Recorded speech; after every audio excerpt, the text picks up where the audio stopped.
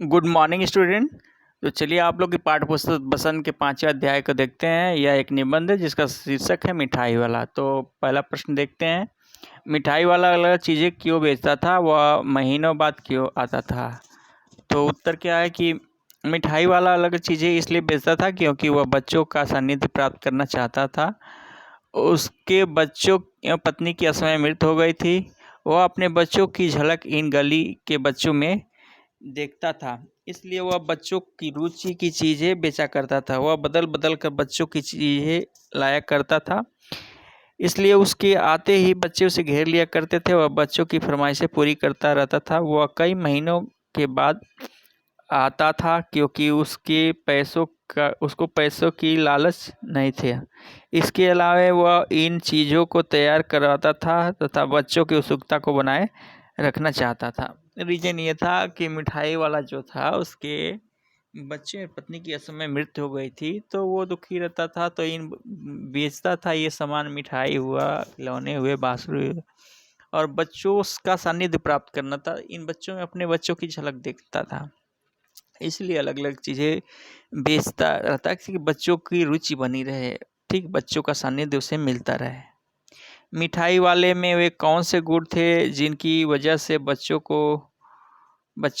बड़े भी उससे अधिक खींचे चले जाते थे? मिठाई वाले का उत्तर है कि मिठाई वाले मधुर आवाज़ में गा गा कर अपनी चीज़ों की विशेषता बताता था। बच्चों की मनपसंद चीज़ें लाना, कम दामों में बेचना, बच्चों को अपनत्व दर्शाना आदि विशेषताएं थी। बच्चे बड़े भी इसको, तो यही रीजन था। क्या था? वो बच्चों के प्रति अपना अपनत्व दिखाता था, चीज़ें सस्ती देता था। उसकी आवाज़ मधुर थी, गा गा के वो बेचता था, इसीलिए बच्चों के अलावा बड़ों की भी रुचि उसके प्रति बनी रही थी। अगला क्वेश्चन है, विजय बाबू एक ग्राहक थे और मुरली वाला एक विक्रेता, दोनों अपने अपने पक्ष के समर्थन में क्या तर्क पेश करते हैं? तो उत्तर है कि विजय बाबू एक ग्राहक थे जबकि मुरली वाला एक विक्रेता, दोनों ने मोल भाव के लिए अपने अपने तर्क दिए। विजय बाबू ने अपने पक्ष में तर्क प्रस्तुत करते हुए कहते हैं कि फेरी वाले की झूठ बोलने की आदत होती है, देते हैं सभी को दो दो पैसे, पर एहसान का बोझ मेरे ऊपर लाद रहे हो। इसके विपरीत मुरली वाले ने अपने तर्क प्रस्तुत करते हुए कहा कि ग्राहक को मुरली वस्तुओं की लागत का पता नहीं होता। उसका दस्तूर होता है कि दुकानदार चाहे हाथ उठाकर वस्तु क्यों न दे दे, पर ग्राहक यही समझता है कि दुकानदार उन्हें लूट रहा है। तो वही अपने अपने तर्क प्रस्तुत कर रहे हैं मुरली वाला और विजय बाबू। कि विजय बाबू कहते हैं कि देते हैं दुकानदार तो रेट से ही, लेकिन एहसान लाते हैं। तो वो बताता है मिठाई वाला कि भले ही दुकानदार मैंने कम रेट में दे, लेकिन लोगों को विश्वास नहीं होता। तो अपना अपना तर्क प्रस्तुत कर लें। अगला क्वेश्चन है, खिलौनों के आने पर बच्चों की क्या प्रतिक्रिया होती थी? तो उत्तर देखते हैं। खिलौनों के आने के पर बच्चे खुश हो जाते थे, बच्चे अति उत्साहित हो जाते थे। उन्हें खेल कूद भूल कर अपने सामान, जूते चप्पल आदि का ध्यान नहीं रहता था। वे अपने अपने घर से पैसे लाकर खिलौनों का मोल भाव करने लग जाते थे। खिलौने वाला उनका मन चाहा खिलौने दे देता था और बच्चे उन्हें लेकर काफ़ी खुश हो जाते थे। बच्चे खुशी से पागल होते थे। खिलौने वाले के आने पर बच्चों की यही प्रतिक्रिया, बच्चे एकदम खुश हो जाते थे। ठीक, बच्चे शुरू के अपना खिलौना खाना पीना भूल कर अपना खिलौना खेलने लगते थे, खिलौना लेकर खरीदने लगते थे। अगला है, रोहिणी को मुरली वाले के स्वर से खिलौने वाला का स्वर क्यों खिलौने का स्मरण क्यों हो गया? अगला है कि रोहिणी को मुरली वाले के स्वर से खिलौने वाले का स्मरण क्यों हो गया? तो उत्तर है कि रोहिणी को मुरली वाले के स्वर से खिलौने का स्मरण इसलिए हो गया क्योंकि खिलौने वाले की तरह ही उसकी आवाज़ जानी पहचानी। खिलौने वाले भी इसी प्रकार मधुर स्वर में गाकर खिलौना बेचा करता, जबकि मुरली वाला ठीक उसी तरह।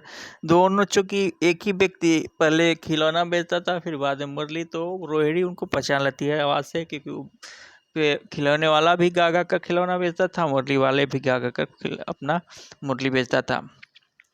किसकी बात सुनकर मिठाई वाला भावुक हो गया?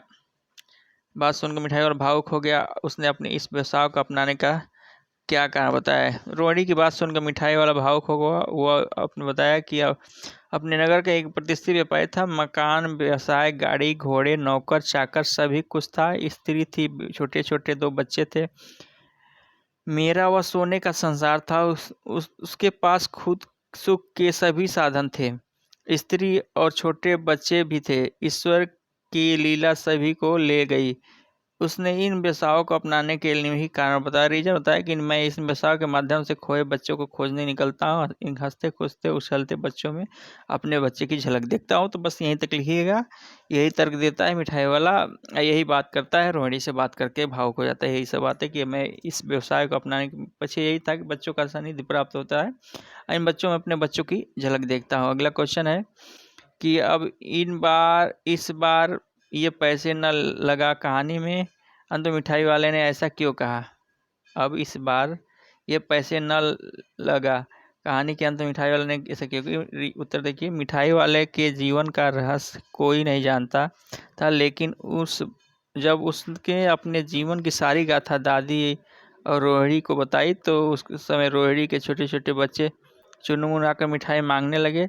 तो वह दोनों को मिठाई से भरी एक एक पुड़िया दे दी। तो रोहिणी पैसे देकर, तो यही है इसका आंसर। अगला क्वेश्चन देखते हैं कि इस कहानी में रोहिणी चिक के पीछे से बात करती है क्या। आज भी औरतें चिक के पीछे से बात करती है, यदि करती है तो क्यों, अपनी राय में क्या यह सही है। तो स्वतंत्र प्राप्ति के पश्चात भी संविधान में स्त्री पुरुष को समान अधिकार दिए गए हैं। शिक्षा के प्रसार और अधिकरण से भी समाज में बदलाव आया है। आज स्त्रियां पुरुषों से किसी भी क्षेत्र में पीछे नहीं है, लेकिन भारत के कुछ पिछड़े गांव स्थानों में स्त्रियां आज भी पर्दे से रहना पसंद करती, चिक के पीछे से बात करती है। तो यही दिखाया है कि संविधान में सबको समान, मतलब कि आज भी गांव देहात में एरिया चिक के पीछे से बात करती है। तो स्टूडेंट आप लोग के प्रश्नों हो गए। अब अगला चैप्टर देखेंगे अगला, तब तक के लिए थैंक यू, धन्यवाद।